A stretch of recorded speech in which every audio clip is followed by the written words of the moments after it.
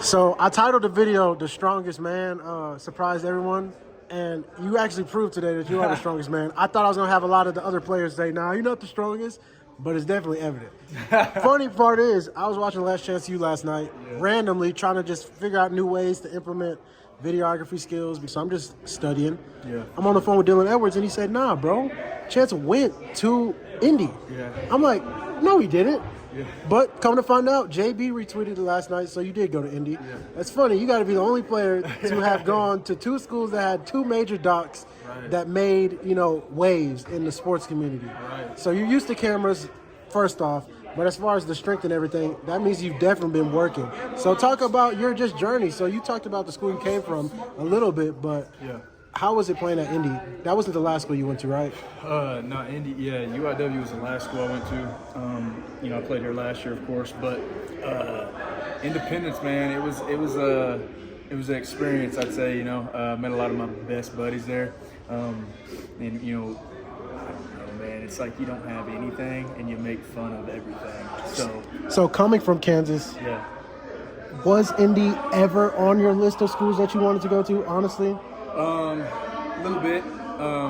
Believe it or not, my dad went to that same JUCO too when he was playing football, and then he went to Kansas from there. So I wanted to kind of go there, but they weren't talking to me, and it just came to find out that they weren't supposed to be talking to me, this or that. I don't know. So I was going to go to Coffeyville, but then Independence reached out and they were like, "Hey, we'll sign you."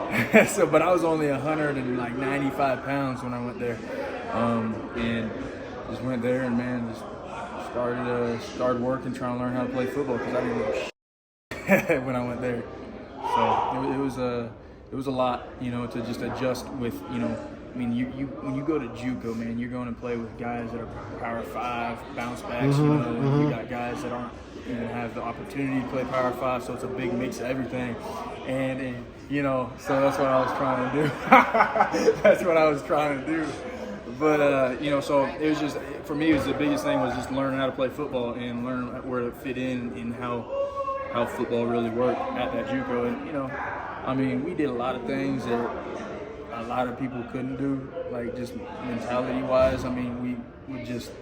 They would just try to run guys off, so you had to be mentally tough and not only physically tough as well to go through the running and the lifting they had us do. And then, next to no rehab or anything. Your rehab was going back up and laying in your dorm room. So we did a lot of laying in the dorm room. But it was with the cameras and everything at the JUCO. At first you feel like, oh shit, I gotta watch what I'm You feel like everything's being scrutinized, but then you realize it's going to be scrutinized regardless. It's going to show, and that's the thing. Everybody for the first month, everybody maybe trying to act this way, that way, but you can't fake who you are. You can't. It'll come out during the game. Yeah, that's the main thing. Yeah, facts, it will. So, and then after that, it was all, all easy going from there, but wasn't bad. So, what about the strength, though? To come from a JUCO, now D1, coming in as one of the strongest guys, what do you feel like you did that got you to this level? Whether it's things you did personally or maybe that was implemented in your prior programs, but it's evident that the strength is there. Yeah. And, that's the type of time we're on as far as summertime, and it seems like you've been putting in the work for some time. You can't just fake that type of stuff. It didn't just happen just now. Yeah, sure. I've had a work ethic. My dad, he's always made that very clear. Hey, you gotta win in the weight room if you want to hear. Because I was always a little bit of a lengthier, skinnier guy, especially in high school and everything. So, in high school I was a little bit stronger, but then in JUCO it kind of started to catch up. I put a little bit more weight on in there, and then when I went to UIW in San Antonio, we had Coach Hughes down there, and he put us through the ringer, man. So UIW is where it really turned up? Yeah, absolutely. Well, shout out to that program too, because they, what I'm saying, they made you who you are right now. Yeah, no, he did. So he put us through it in the weight room, and then I got a lot of that, just the form of power cleaning and benching and squatting all down, and then just kind of carried that with me throughout the time. You know, when I set out the whole season of 21.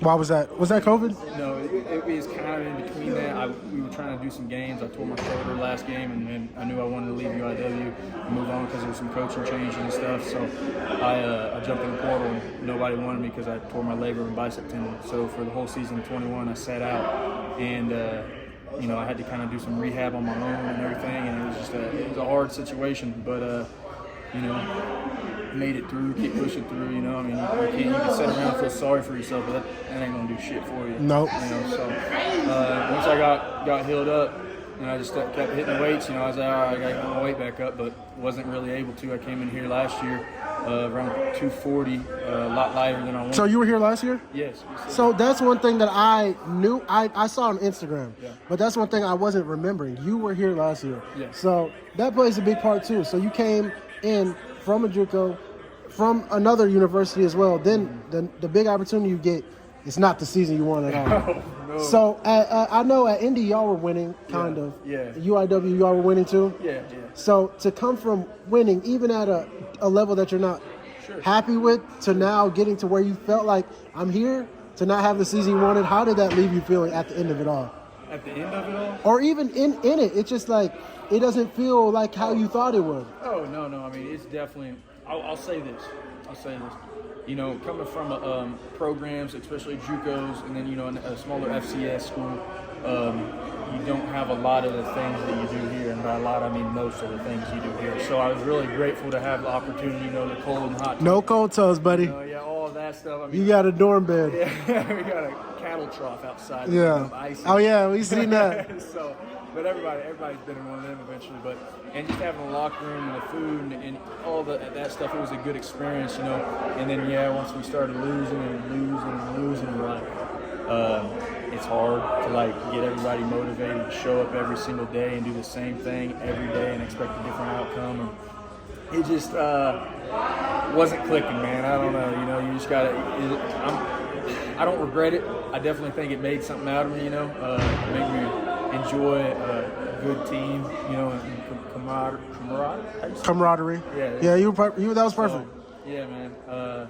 It was just difficult last year doing it all, but I mean, I'm happy I went through it. You know, it just showed me how much more I can go through than what I thought. Okay. But I definitely wouldn't want to do that. So that's not going to happen this year. They were on me, and I went and checked a couple other schools out, but then I came up here and was able to meet all these coaches formally, and it felt right. I felt the love, you know, I felt it wasn't fake, and I saw kind of all their plan and everything, and I said, okay, I know that this is something that can be done, and it will be done. You know, the standard was raised dramatically. So I was like, all right, sweet, let's do it. And so now I'm here, and then we're rock and rolling. No, for real.